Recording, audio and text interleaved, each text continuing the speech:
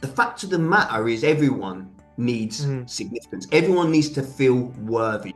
That's what I really wanted. Also, love and connection, real love and Mm. connection, for someone to really understand me, not the behavior that I was showing, but to really understand that actually I'm just a human being just trying to make sense of this world and I'm struggling.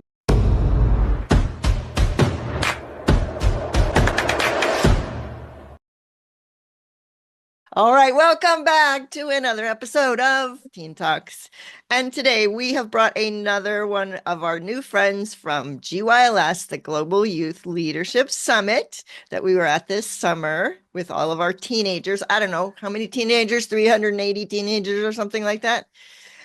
And it was incredible. And we got to meet wonderful Harry right here, who's joining us today. Harry Knight. How you doing, Susan? You right? Doing good, Rayhan, doing boy, good. Yep. Rayhan. We're still energized from summer, right? Yeah, that's it. It's not a 1 week thing. This you take that with your through for life. This is for life now. That's right. If we choose to, it's If our we choice. choose. That's And right. we do. So we're all on this personal development journey, and we are so full of energy and we've learned so much, and we are here to just kind of share Harry's story and hope to enlighten our listeners with lots of great tips and tricks and strategies and to make you be the person that you want to be. So, Harry, would you like to share your story, where you came from? And as if you notice, if you're a US listener, you notice he has a little bit of an accent. So he is not here. He's across the pond over in England in the UK. So I love just listening to your accent. If that's a reason to listen, here we go. I'll take that. I'll take that. Thank you, Susan, and thank you, Rayhan, for inviting me on here. I really appreciate it, and what you guys are doing is just amazing. It's so important that we keep on helping anyone that we possibly can. And when I heard about this that you guys are doing and how much you just want to share and help people to shift and make improvements in their lives for themselves, for their family, for humanity, I was all on board. Like this is completely aligned, and I love it. So yeah, my name's Harry, and what do I do? If I was to ask myself that question, I love and ignite passion for being. That is my mission. That is something that I say to myself every day. Harry, have you loved and ignited passion for being? And it's just a lovely thing for me to just, at the end of the day, at the start of the day, I'm going to love and ignite passion for being. Have I loved and ignite passion for being? And for me, being present in the present moment in any given situation is just so important because that's the gift of life. We've been given this gift. And by me using loving and igniting passion for being, I'm able to be present with someone. I'm able to listen to someone, to hear them, to try to understand them, and then to try to make shifts in how, if they want to improve in a certain area, if they want to improve, or if they just want to, whatever is going on, if they just need someone to listen to them, Yeah, then I'm there. And that's yeah, beautiful. that's really me. That's really me. I'm a life coach. I'm a results coach. I really help a lot of parents, and I help a lot of people who want to get onto that path of a life of fulfillment, whatever it looks like for them. And everyone's different, Hmm. and that's what I help to do through some of the things that I've gone through in my life. That's what I look to share and really help. And I've helped a lot of people and a lot of kids as well. Kids, ultimately, the thing that started me off with helping the parents is the kids. Yeah. I am a big kid. Rayhan, you know that. You Yeah. know that. I am a big kid. I just have an abundance of energy because I just love life. I'm high on life. And because of that, I don't know, I've always been able to connect with kids because, and people always say this, even my little boy, like from when he was a baby, I used to just speak to him like he was my best friend. I'd just be talking to him.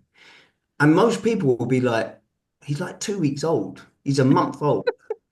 And and it was, and I would be like, so, I'd be like, he understands the feeling, he understands the tone. I mean, now, I mean, we all know that, 90% of communication isn't even from words. It's from your Right. tonality and your actions, what you do. So, and I completely agree with that because the connection that I have with my son is very, very special. Um, And how and old it's is not, he? what's that? Sorry, And how he, old is he he? he's 4 years old now. Okay. He's 4 years, so he's in that cool age. And Scared of my aunt used to tell me this. And I love how you say you just talk to him like he's your best friend, but you're probably also not using baby language or anything like that. You're talking to him like, with adult language, I'm assuming a lot of the time, which is awesome because he's developing vocabulary and everything so much quicker. Whereas my aunt used to do that to her kids, and they have vocabularies that are huge, unlike me. My parents didn't do that. But my it. cousins, oh my gosh. So just side note. Yeah, I mean, don't get me wrong, I do both. So Yeah, I'll be talking to him as if he's an adult, but of course as well, like because if we're playing or I'm just want to, you naturally, intuitively as a parent will meet them where they are at, and you sure. just want to try to Yeah, ignite people being, getting them to really enjoy that present moment. And right. sometimes that means me being a dog, a cat, whatever the hell it takes. I will be what needs to be to see that little smile in his on his face.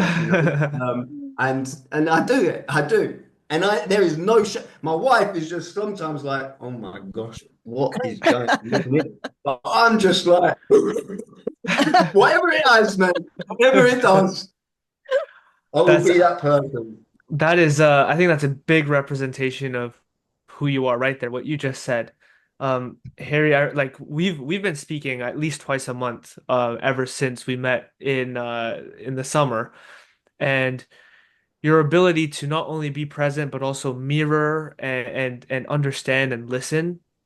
And there's this whole thing of like people are like, oh, I want to feel seen, I want to feel heard, I want to feel understood. You show people that it's not about feeling that way. It's like you understand people, you feel with people, you see people. There's a big difference there. And it like I'm genuinely just here to attest that you are such an incredible person. Your energy is insane. Like it's yeah, you're doing such amazing things. And again, obviously it's such an honor for us to have you on this podcast and all the light that you share. But I have a question when it comes to that light, because obviously it has to come from somewhere, right? And I'm assuming it comes from your journey and the things that you have also experienced as a person. And I want to know, can we kind of bring it back to like the early days of you growing up as a kid? Like, were you always this kid who had this light inside, or was it something that you developed over time? How did it develop? Like, can you share some of that with us? Of course.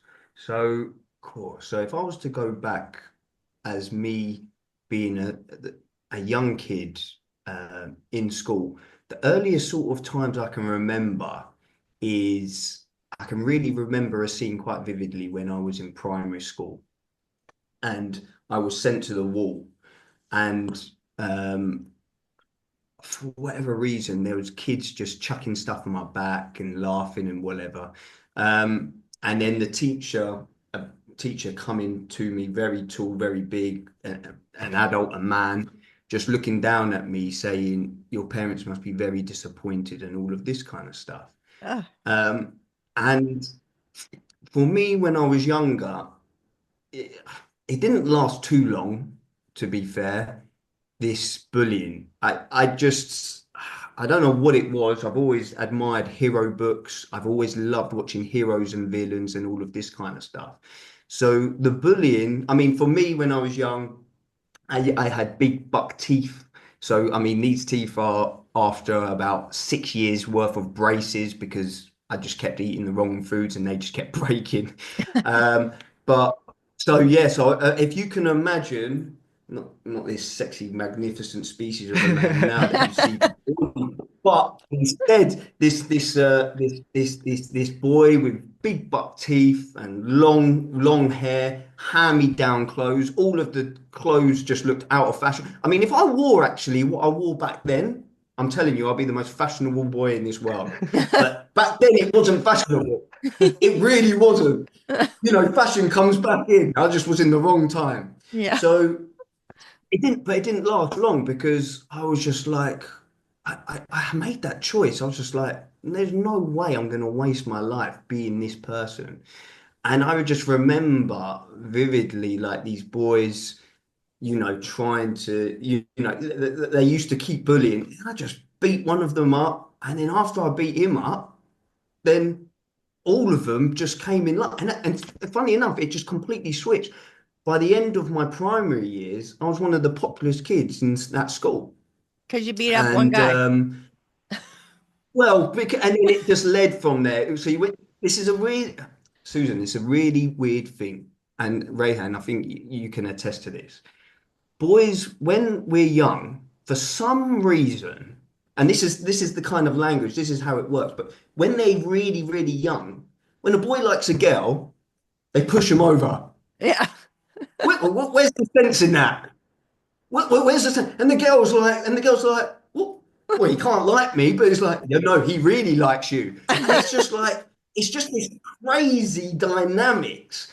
But it's now, don't get me wrong, that's kids, but if you look at adults, there's some behaviors there that sort of imitate the same thing. Maybe not necessarily pushing over, but there'll be a behavior that they would do as man, like as a man.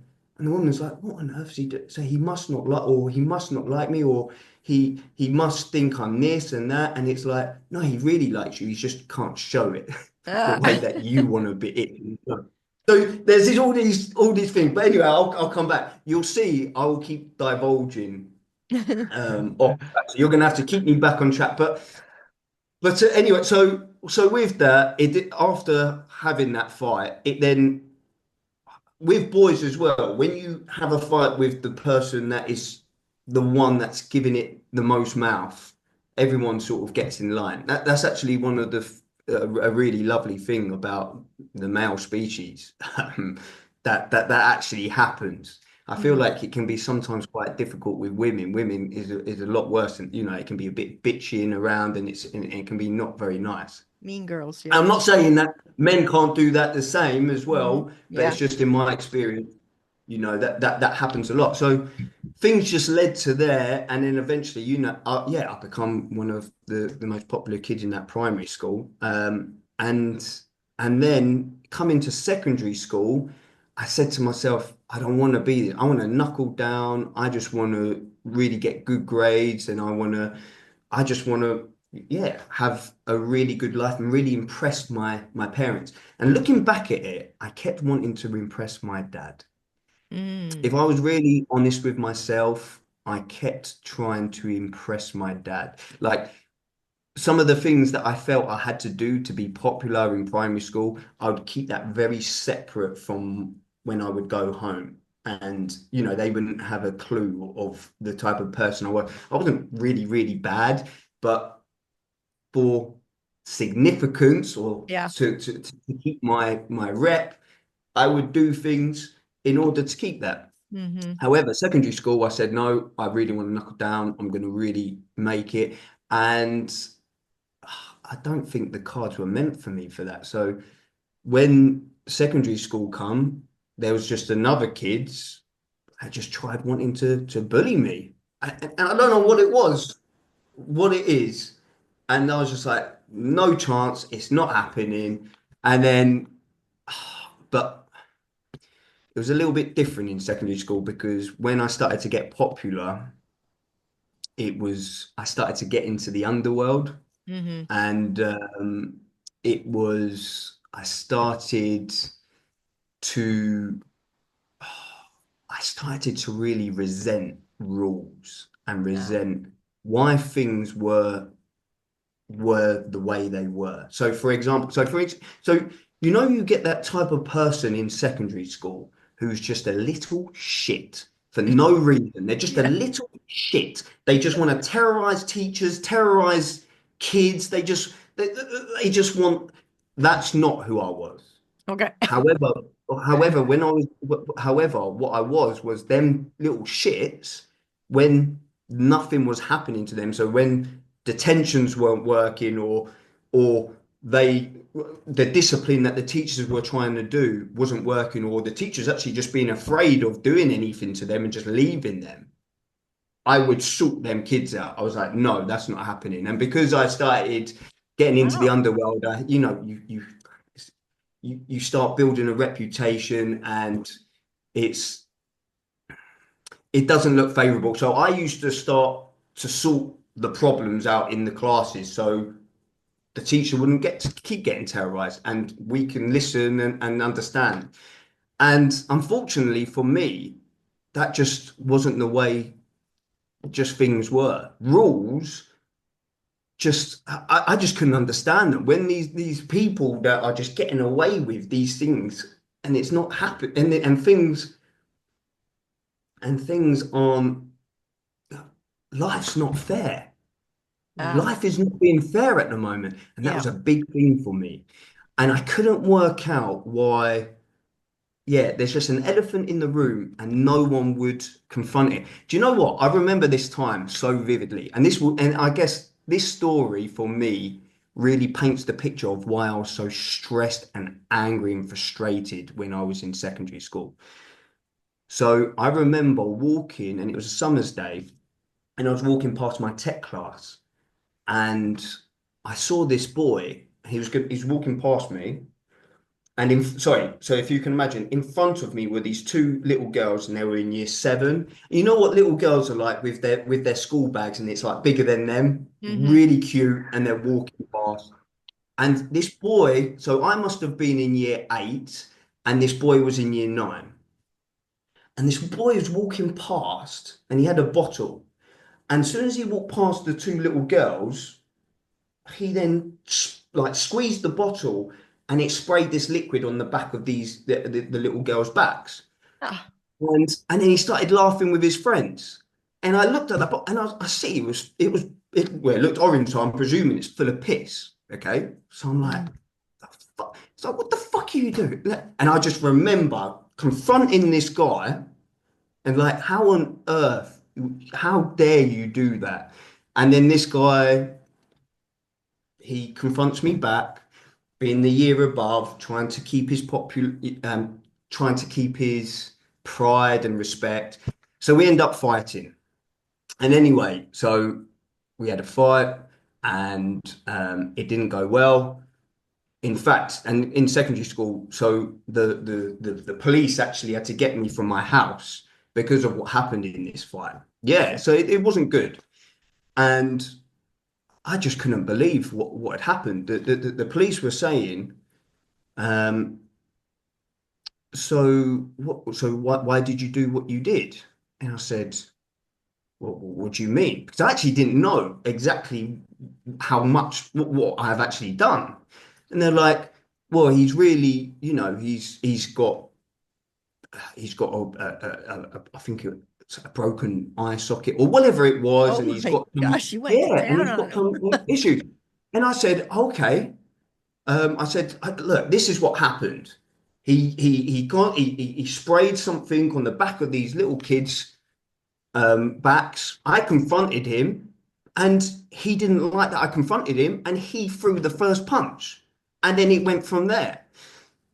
And they said, he was from Iraq. I said, okay. And they were like, are you sure this wasn't racist? I said, Oh are you my God. listening to what I'm saying? Are you fucking listening to what I'm saying? And because when you're young, and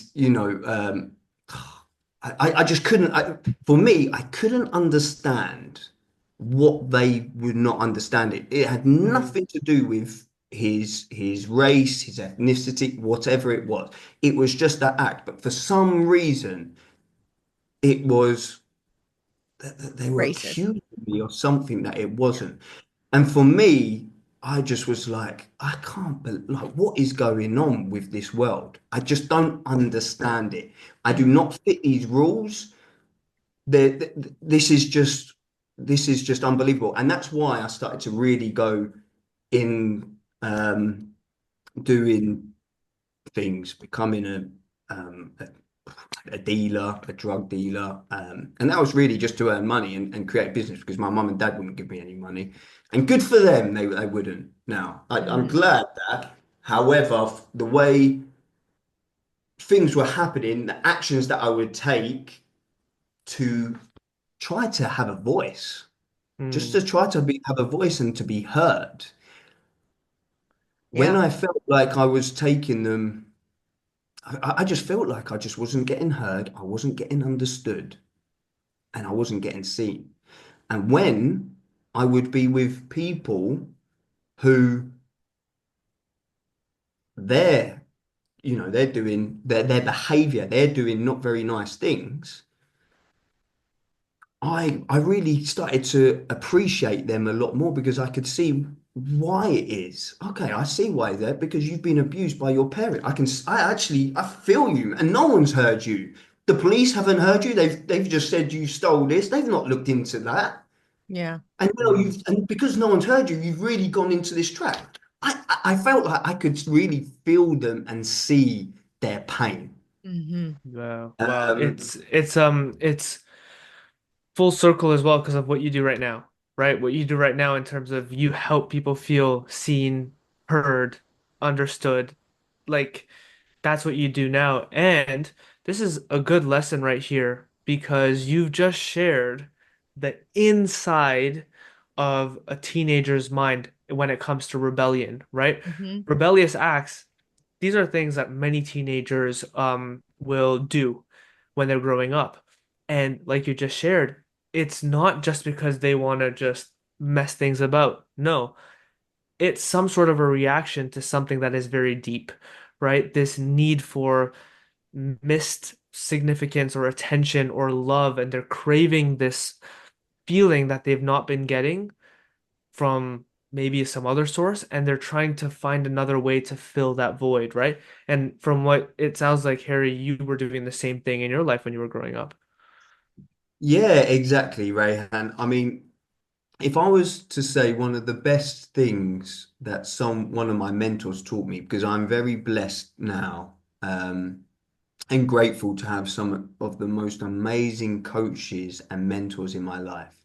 And one of the best things that one of these mentors told me is whenever you're coaching someone or even speaking to someone, your job is not to try to understand them. You will never understand them. Your job is to try to get them to understand them. Mm. Mm, When you start looking at that way and try to get them to understand them, I mean, as a coach, there's just nothing better. And when I've been so grateful to have these sessions and someone's trying to get me to understand me, I'm connecting the dots. I'm creating new pathways in my mind, and I'm like, oh, I get it. That's what it was. See, I mean, we all know about the six human needs that Tony Robbins speaks about: certainty, uncertainty, significance, growth, love and connection, and contribution. Okay. And if I was to really chunk everything up and to say, what was I looking for back then?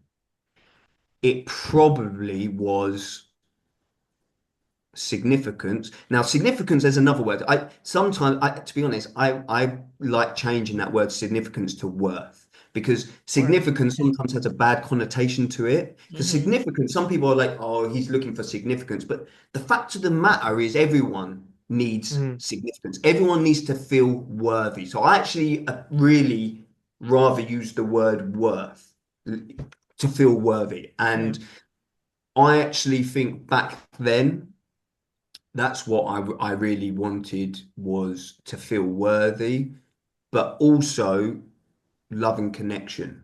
real love and connections, for someone to really understand me, not the behavior that I was showing, but to really understand that actually I'm just a human being just trying to make sense of this world, and I'm struggling. And if someone could just try to just go into my shoes and understand why I'm doing the behavior that I'm doing, it's because that's all I know. You know what you know. You only know what you know.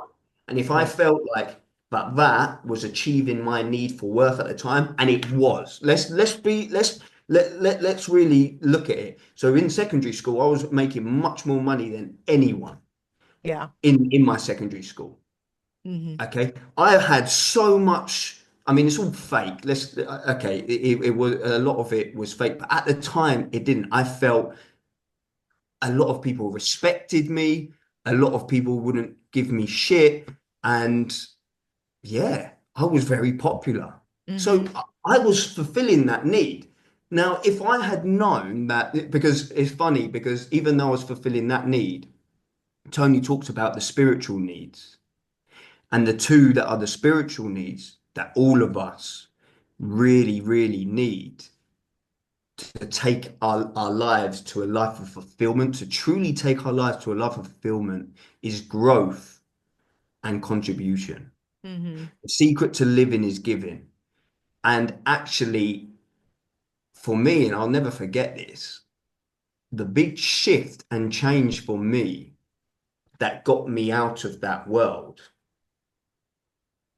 was, I remember my mum catching me weighing up, upstairs. I was weighing up, I don't know, a bag of whatever it was, and Oh, kind of, and weighing the drugs that you're going to sell.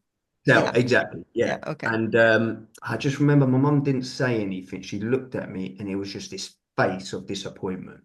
Mm. Um, and then there's something about that in itself that started to set off a trigger of events. And I remember just thinking to myself, what am I doing? Like, what is this? Like, do I believe in it? Like, this is, yes, I'm making money from it, but there's people that are smoking this, and are their lives better? I'm like, no, their lives, this is not good, Harry. Like, Hmm. cannabis is not a good thing. Um, and I started to think about other people and the effect that it was having on other people, including my family. But the biggest thing was the dealers when I started to really, when I carried on down this road, um, the underworld, if you like, then it just started to get really bad. Some of the behavior that they were doing was Yeah. just another level. And Really, really one of ugly, my, I'm sure. Really yeah, ugly. Yeah. it was one of the guys that I used to pick up from. He got pushed off the top of a building, had his legs broken, and Hmm. and yeah, and I just was thinking, if my mum, my dad, or any of my family or friends were ever taken hostage because of something that I have done, I don't think I could forgive myself. I Hmm. could not forgive myself. So I said, And this has how gone old were you far. then? Like, can you remember? Yeah, well, yeah. So I would have been maybe 14, 15. Oh my gosh, really young. Wow. Yeah, because it was this that I was just like, oh my gosh, right, I need to get out of this. Hmm. And then this is when the army came. Oh. And I thought, this is my chance. Because all of this was me trying to be worthy, okay? And me trying to seek true love and connection. Hmm. And to be heard, really to be heard for someone who I am. And not to be judged. And then yeah, this bit happened, and then there was this opportunity, and I remember of the army coming into the school, and I just thought, do you know what? I could have a new life here. I could start I could leave this life behind. I can create a new chapter, a new story for my life. And even though my mum didn't want me to go, my dad was like, yeah, okay, yeah, you need to go. And yeah, so I decided to join basic training at the age of 16. Wow.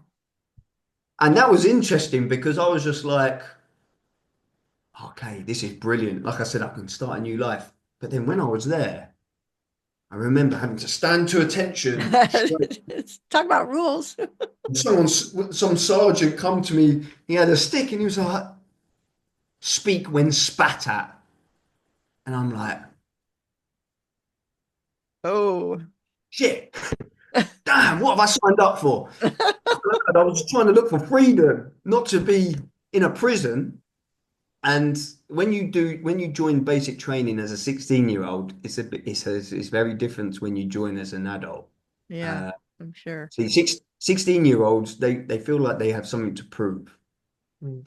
And there was like a sort of prison environment Yeah. within there for sure, definitely.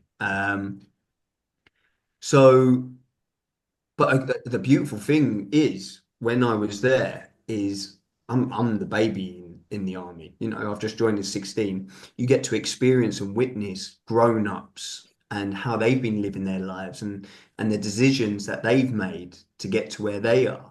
Mm-hmm. And to be able to observe their lives and just to be like, I'm not going to do that. I'm definitely not going to do that. Then it was a real gift. And however, my search for to be heard and to be understood and to have control of my life, I was not fulfilling them. Mm.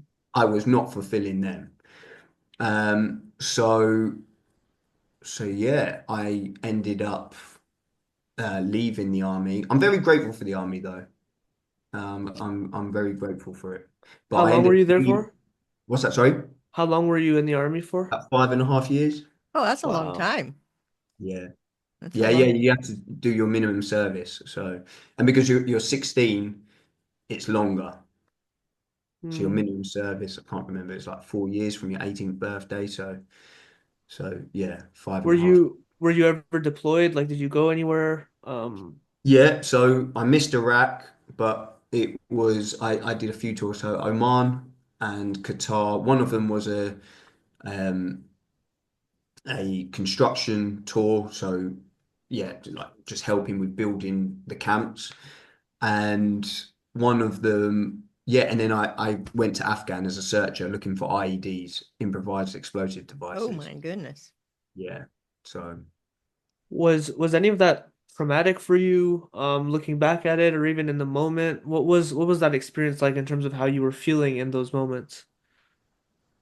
So I'm very grateful. So I'm very lucky. So so I was part of a reserve team searching for IED. So the majority of the time when I was there, we were helping teach different regiments the actions of what they need to do when patrolling, when covering ground and looking for IEDs. So for me, I was very lucky because we were a reserve team. And because at the time when we had been deployed, I had signed off. I had actually signed off the army. A lot of my team ended up going into different teams because teams had lost people. Mm-hmm. So, like I said, mine was a reserve team, so they would take their place. And I was just very lucky to be one of two people that actually didn't get to be deployed in the teams outside of the actual Afghan barracks. So Mm. Wow. yeah. Crazy. But in answer to your question, uh, no, and that could be because I didn't really have. Yeah, I had friends lost limbs, lost their lives, but do you know it's a funny thing in the army. There's when you're in it, it's a different world. Mm. You see things differently. You look at things differently. You're trained differently. Hmm. There's a the humor is very different. The humor is can be quite dark I bet. Yeah. sometimes, and you can see it. When you're in that environment, you start to understand why, because of some of the things that people have to go through and get Mhm. through to to be able to do their job and to be effective with it. You Do understand you why they feel do it. like do you feel like having that experience at such a young age for so long, actually, I mean, that's a huge part of your young adult life, um, that totally changed everything for you? Like, I mean, you had to deal with rules now. Talk about rules, Yeah, I yeah, mean, it changed everything. That when you came out, what happened? yeah, exactly. So again, and I have to say, there's a real difference, I feel, for someone like me who's only served 5.5 years to someone who served 22 years and they come out, and the difference between them trying to settle back into Civvy Street to me. Um, there's a big difference. I mean, for me, firstly, I just want to I believe there was something, the core character of who I am. Do you remember I said I've always admired heroes and Mm-hmm. villains and Yeah. and loving them stories? I used to always admire values such as courage, respect, appreciate, like some of these real core things I've had since I was a child. And I feel like going through primary school, secondary school, and even the army, when I felt like I was using them values, I was not getting rewarded for having for expressing them values in the way I felt needed to express them for the outcome and the result. I don't Mm-hmm. know if any of this is making sense, but Mm-hmm. It is. and that's why and I was just like, life is so unfair. Like life is so unfair.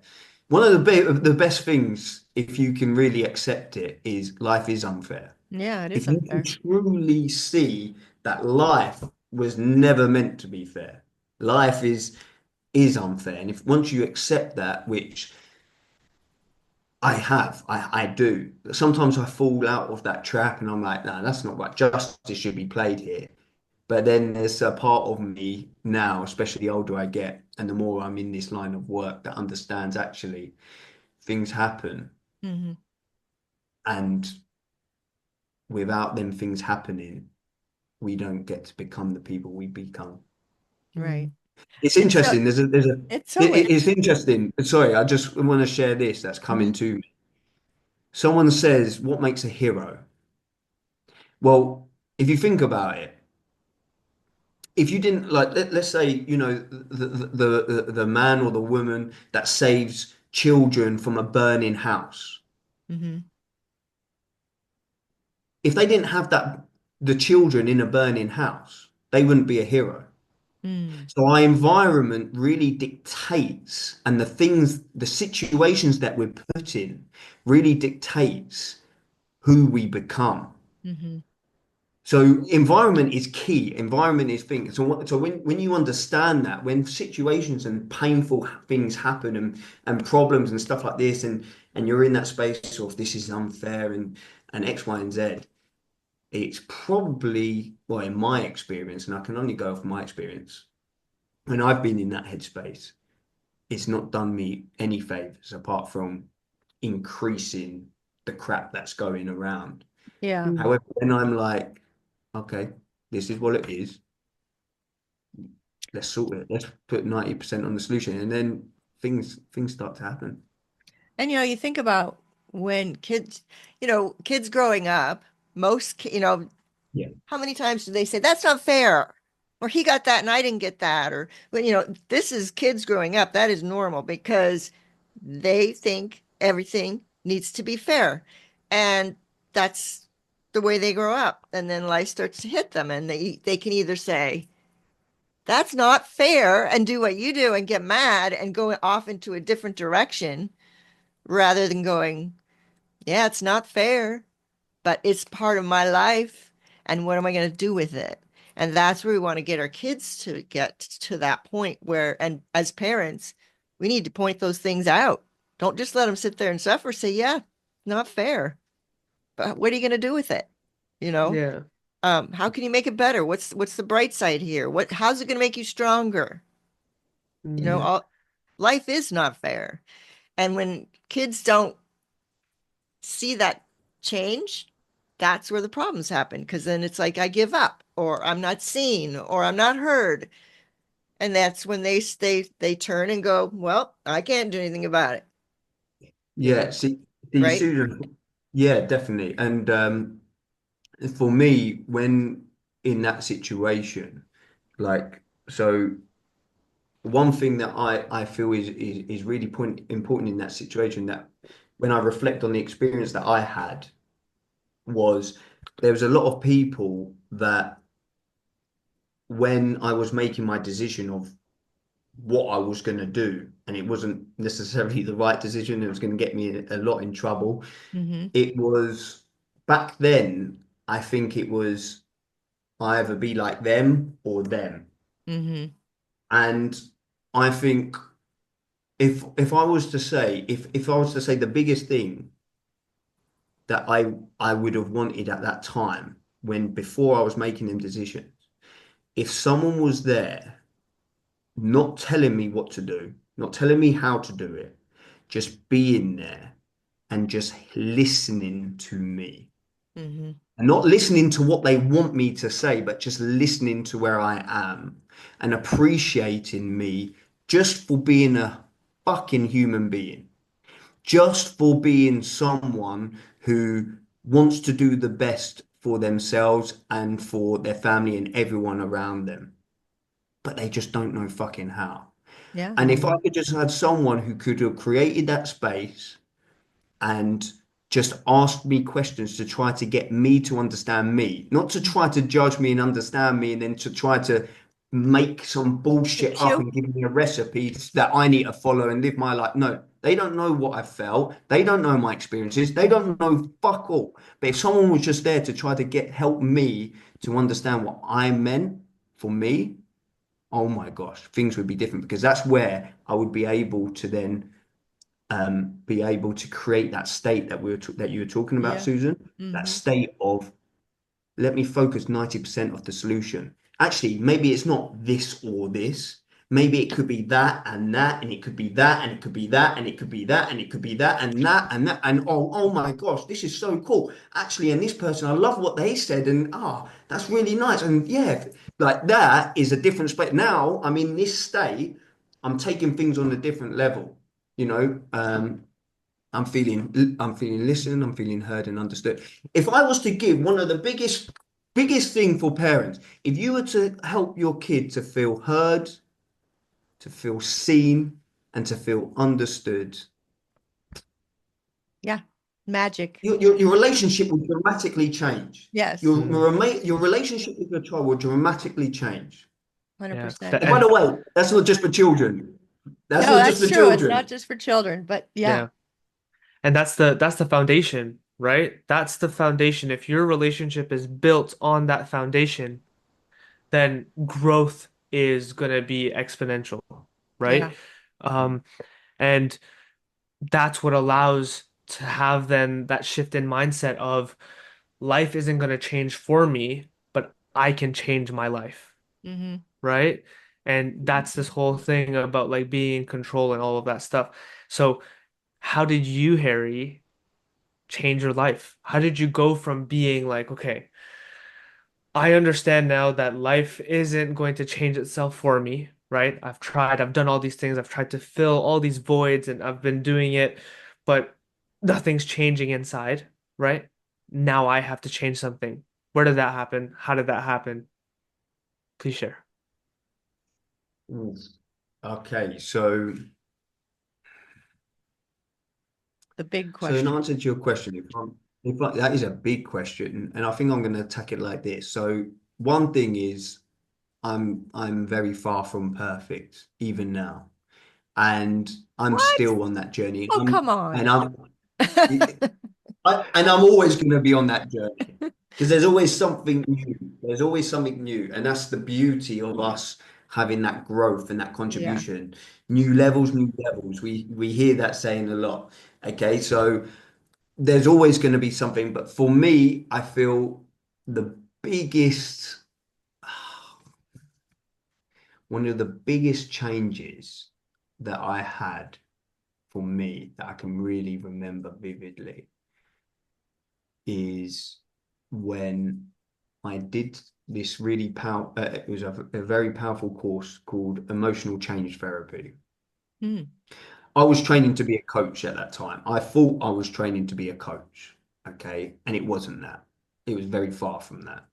It was more like discovering who you are, who you want to be, and how you want to show up.